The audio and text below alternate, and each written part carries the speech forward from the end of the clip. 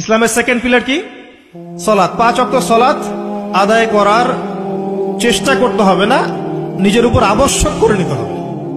আপনি যাই করেন, আমার কথা শোনেন, আপনি যাই করেন, যত পাপই করেন না কেন, নামাজটা ছাড়েন না। নামাজটাই আপনাকে ইনশাআল্লাহ পাপ থেকে দূরে রাখবেই ইনশাআল্লাহ। যে ব্যক্তি নামাজ পড়ে তার মধ্যে একটা মনের মধ্যে একটা ভয় কাজ করে যে আমি নামাজ পড়লাম কিভাবে ঘুষ নিব, নামাজটা পড়লাম কেন সুদ খাবো, নামাজ পড়লাম কেন মানুষকে ঠকাবো। তার মনের ভিতর কিন্তু একটা সারা একটা নকিং হবেই। ইন্নাস সালাতা তানহা আনিল ফাহশাই ওয়াল মুনকার, সালাত আপনাকে সমস্ত অশ্লীল এবং গর্হিত কাজ থেকে বিরত রাখবে ইনশাআল্লাহ। নামাজটা ছাড়েন না, যত পাপ করছেন করেন, আমি বলি নামাজ ছাড়েন না।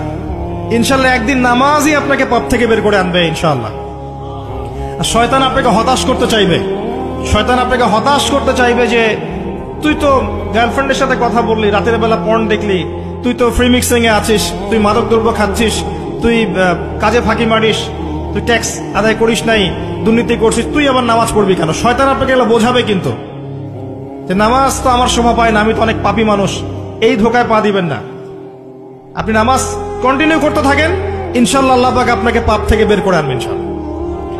ওই নামাজটা যদি ছেড়ে দেন তাহলে আর কোনো হাতিয়ার বাকি থাকবে না। আর আপনি যত পাপ করেন না কেন মায়ুস হবেন না, মন ছোট করবেন না। আপনার একটা সেজদা, যে সেজদা আপনি চোখের পানি ঢেলে দিয়েছেন আল্লাহর কাছে যে আল্লাহ আমার ভুলগুলো তুমি মাফ করে দাও, আমার তওবা তুমি কবুল করো, ইনশাআল্লাহ দেখবেন ওই একটা সেজদা যদি কবুল হয়ে যায় আল্লাহ পাক আপনার সব গুনাহ মাফ করে দিবেন ইনশাআল্লাহ। হতাশ হবেন না। শয়তান হতাশ করতে চাইবে মানুষকে, শয়তান মানুষকে হতাশ করতে চাইবে। এমনকি আপনার যদি পাহাড়ের পরিমাণ ঋণ থাকে, ওই ঋণ শোধ করার ব্যবস্থা আল্লাহ পাক করে দিবেন ইনশাআল্লাহ। হতাশ হবেন না, নামাজ ছাড়েন না। আর আমি একটা কথা বারবার বলেছি, আবারও বলছি যে চলমান যে 3G 4G নামাজগুলো চলছে এগুলো থেকে নিজেকে দূরে রাখবে। সব এখন ডিজিটাল, নামাজও ডিজিটাল। দেখা যায় যে 5 মিনিটের মধ্যে 4 রাকাত নামাজ শেষ মাশাআল্লাহ। ইমাম সাহেব যদি 10 মিনিট পড়ায় দেয় তাহলে তো তার চাকরি নট। বোঝেন না? এত তারা, আমার সময় নাই, আমরা ব্যস্ত মানুষ, এত সময় লাগে নামাজ পড়তে? ইমাম সাহেবকে বলছে, কমিটি ইমাম সাহেবকে চার্জ করছে, অথচ ইমামের উচিত তাদেরকে চার্জ করা। উল্টে গেছে এখন আর কি। ওইদিকে আসবো আমি। দাসী তার মনিবকে জন্ম দিবে, মানে সমাজের ন্যায় অন্যায়, ভালো মন্দ, হক বাতিলের মানদণ্ড উল্টে যাবে। দাসী কখনো মনিবকে জন্ম দেয়? মানদণ্ড উল্টে যাবে। আসেন রিল্যাক্সে নামাজ পড়বেন ইনশাআল্লাহ। আল্লাহ পাক তৌফিক দান করুন। নামাজের মধ্যে যা পড়ছেন এটাকে বোঝার চেষ্টা করতে হবে অর্থটা, তখন দেখবেন নামাজে মনোযোগ বাড়বে ইনশাআল্লাহ। তার আগে ওযুটাকে ভালো করে করবেন, তাড়াহুড়া করে ওযু করবেন, রিল্যাক্সে ওযু করেন, ওযুর অঙ্গগুলোকে সুন্দর করে ধন। ওযু পরিষ্কার হয় না, এই জন্য নামাজে মনোযোগ থাকে না। আর একটা বদ অভ্যাস আমারও আছে, আপনাদের সবারও আছে আমি জানি। ওযুতে আমরা যে পরিমাণ পানি খরচ করি, এই পরিমাণ পানি দিয়ে নবী সাল্লাল্লাহু আলাইহি ওয়াসাল্লাম গোসল করতেন। হ্যাঁ, আর আপনার মাথায় যত চুল আছে তার চেয়ে বেশি চুল ছিল নবী সাল্লাল্লাহু আলাইহি ওয়াসাল্লামের মাথায়। আপনার 2-3 জনের মাথায় যত চুল আছে তার চেয়ে বেশি চুল ছিল নবী সাল্লাল্লাহু আলাইহি ওয়াসাল্লামের মাথায়। তারপরেও তিনি অল্প পানি দিয়ে গোসল করে ফেলতেন। আর আমাদের দেখবেন যার ইমানের জোর যত বেশি, তার ট্যাপের স্পিড তত বেশি। মসজিদে যাবেন, দেখবেন জোরে ট্যাপ ছেড়ে দিয়েছে, ওযু করতেছে। একজন মানুষের গোসলের পানি দিয়ে একাই ওযু করে ফেলবে। পানির লেয়ার দিন দিন নেমে যাবে আমাদের এই পাপের কারণে। কুল আরাআইতুম ইন আসবাহা মাউকুম গাওরা, সূরা মুলকের শেষ আয়াত পড়ে দেখেন। বলুন হে নবী, তোমরা যদি কখনো সকালে উঠে দেখো যে পানির স্তর সব নিচে নেমে গেছে, পানি নাই, ফামান ইয়াতিকুম বিমাইন মাইন, কোন সেই সত্তা আছে তোমাদেরকে পানি এনে দিবে, প্রবাহমান পানি। দিন দিন ঢাকা শহর সহ বড় বড় যে সিটিগুলো আছে এগুলোর পানির লেয়ার নিচে নেমে যাচ্ছে। আমাদের অপচয়ের কারণে এমন হচ্ছে। প্রচুর পানি আমরা ওযুতে অপচয় করি। গোসল দেখবেন শাওয়ার নিচ্ছে, ওই যে আমাদের ডিজিটাল ইয়াজুজ আর মাজুজের বাথরুম যেগুলো আছে, পানি চোষা বাথরুম, মানে 10-20 বালতি পানি দিয়ে শাওয়ার নিয়ে নিবে। হ্যাঁ, আর মহিলা হলে তো কথাই নাই, আরো 10 বাল্টি এক্সট্রা লাগায়। তো সমস্যা, ওযু ঠিক করতে হবে, তারপরে সালাতে মনোযোগ বসবে ইনশাআল্লাহ। আল্লাহ পাক আমাদেরকে সালাত বুঝে আদায় করার তৌফিক দান করুন। মনোযোগ চলে যাবে, যাওয়া আসা করবে, মনোযোগ যাওয়া আসা করবেই, কিন্তু মনোযোগ ধরে রাখার চেষ্টা করতে হবে ইনশাআল্লাহ তাআলা। আল্লাহ পাক যদি ইহসান দান করেন মনোযোগ বাড়বে ইনশাআল্লাহ আযজা ওয়া জাল।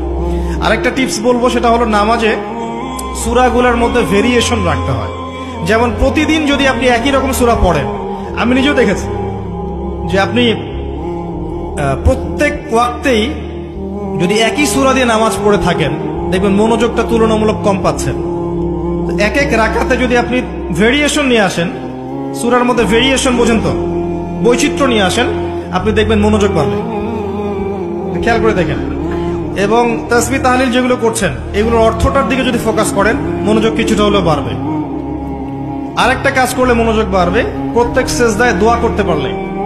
সেজদা করছেন, শুধু সুবহান রাব্বিয়াল আ'লা এতটুকু বলে উঠে যাবেন না, কমপক্ষে একটা দুটো দোয়া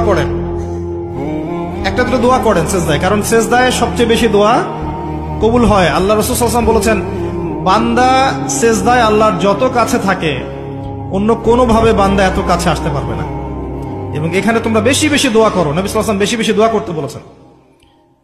দোয়ার জন্য হুজুর ডেকে এত খাওয়ানোর দরকার নাই, নিজে দোয়া করা শেখেন, নিজের বাবার জন্য, মায়ের জন্য, আপনার আত্মীয় স্বজনের জন্য, আপনার নিজের জন্য, আপনার স্ত্রী সন্তানের জন্য, সমাজের জন্য, উম্মার জন্য, দেশের জন্য আপনি দোয়া করতে শেখেন।